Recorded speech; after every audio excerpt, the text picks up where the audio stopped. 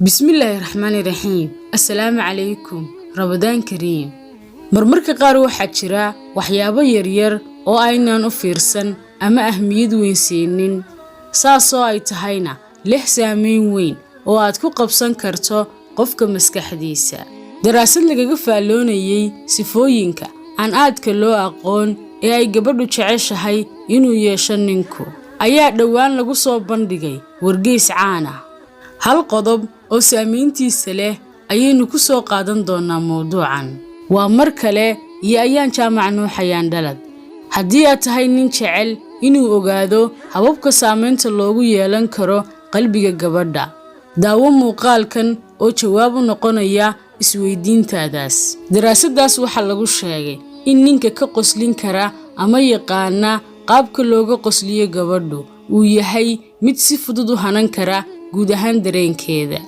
arrinka yaab kale ayaa ah in sifada kaftan yaqaannimadu aanay ahayn dabeecad ay dumarku si toos ah u raadiyaan haddana ay tahay mid ay jecel yihiin ma jirto gabadh ka odhanaysa waxaan rabaa nin iga qoslin kara haddana waa dabeecad ay maskaxdoodu u raadiso si ogaan la'aan ah ninka ay ka helaan sifadanina wuxuu ula muuqdaa mid ka caqli badan kana soo jiidasho badan ragga kale 3 jibaar sida caadiga ah dadku waxay u arkaan qofka kaftan yaqaanka ah mid bulshaawi ah dadkana saameyn ku leh laakiin dumarku iyagu intaas way ka sii xag jiraan waayo qofka sifadaas leh waxay u arkaan mid leh soo jiidasho heerkeedu sareeyo sababta ay u jecel yihiin sifadaas ayaa ah in kaftanka iyo qosolku dareensiiyo dareen togan oo positive ah basharkuna sida caadiga ah way jecel yihiin meesha iyo qofka ay ka helaan dareen noocaasa haddaba fakar oo isyara qiimee ma isleedahay waxaad leedahay sifadaas hadalkaagana ma u aragtaa mid dadka kale ka qoslin kara mise waxaad isu aragtaa mid aan lahayn tayadaas gebi ahaanba haddii aanad ahayn nin kaftan yaqaana dhib male halkan waxaan kugula wadaagi doonaa qaacido aad ku kobcin karto farsamada dadka ka qoslintaada haddaba intaynaan hore ugu sii socon qaacidadaas mar walba ogow hadalka ama sheekada dadka ka qosliyaa inuu yahay hadal aan maskaxda filanayn oo la yaab ku noqda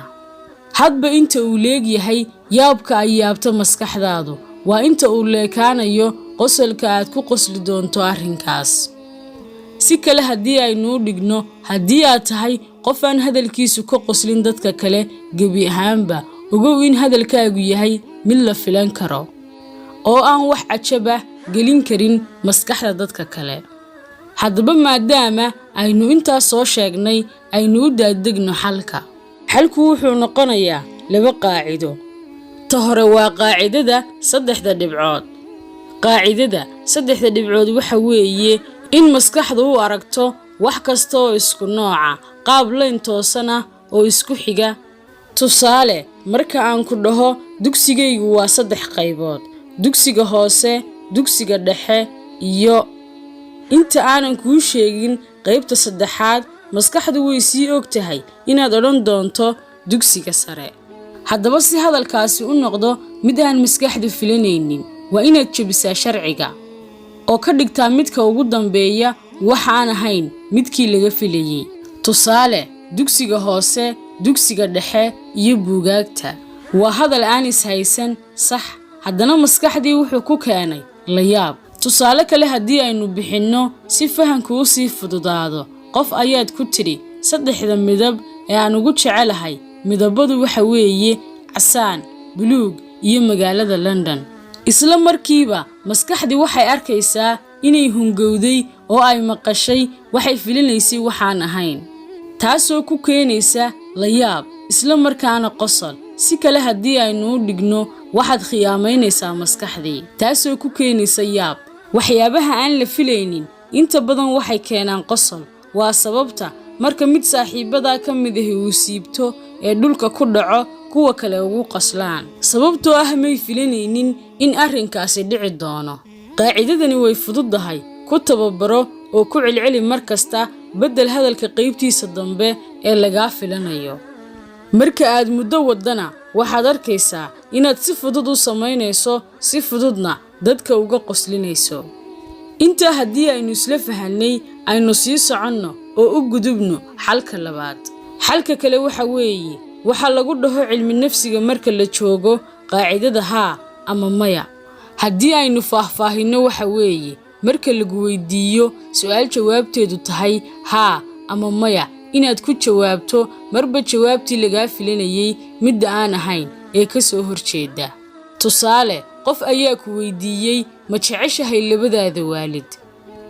qofka ku weydiinaya wuu sii og yahay in jawaabtaadu tahay haa oo aanu jirin qof neceb waalidkii.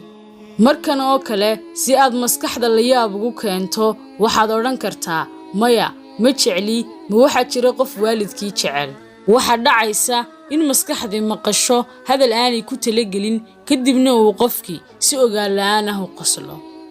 haddii aynu tusaale kale eegno si aynu fahanka u sii ballaadhino, ka soo qaad in qofku weydiiyey markii uu kuu dhashay ilmahaagii koowaad ma dareentay wax mas'uuliyad ah. isla markaas uu ku weydiinayo qofku wuxuu sii qorshaystay inaad odhan doontid haa mas'uuliyad weyn, waayo ubadku waa nimco Alla bixiyo iyo hadallo la mid ah. laakiin haddii aad tidhi maya markaas ayaan qayru mas'uul sii noqdayba, ubadku ma mas'uuliyad ayay u baahan yihiin. waxaad ka dhigaysaa jawigii mid kaftan iyo qosol isu beddelay. kadibna dib waxaad ka odhan kartaa waan kaftamayaa, waxaan dareemay mas'uuliyad weyn. laakiin muhiimaddu waa inaad marka hore maskaxda kaga yaabisaa. waxaan filayaa in qodobkaasi si fiican loo fahmay. ugu dambayntii nagula wadaag qaybta commentiska haddii aad tusaalayaal kale hayso iyo haddii ay jiraan xaalado ku soo maray oo aad qof kaga qoslisay. aad baa u mahadsantihiin. salaamu calaykum. Ramadaan Kariim.